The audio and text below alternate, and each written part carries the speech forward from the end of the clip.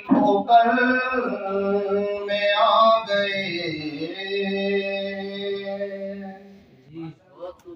हमारे इस मदरसे के जो बच्चे हैं और इस देश के मुसलमानों के लिए मेरा पैगाम है, भले ही मैं नाते कलाम के जरिए से इस पैगाम को पहुंचाना चाह रहा कि हमारी हकीकत क्या है, हमारा इतिहास क्या है और हमने क्या किया।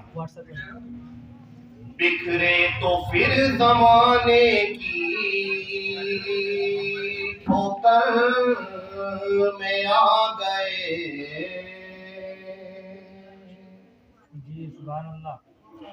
बिखरे तो फिर जमाने की ठोकर में आ गए। फिर मुत्तहिद हुए तो जमाने पे छा गए। क्या बात है, सुभान अल्लाह। तादाद यूं तो 300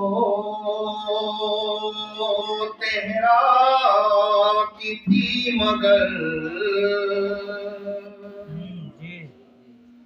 तादाद यूं तो 300 तेहरा की थी मगर,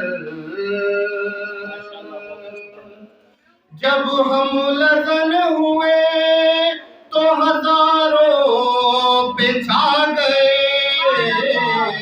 बिखरे तो फिर जमाने की ठोकर में आ गए। सलाम अलैकुम।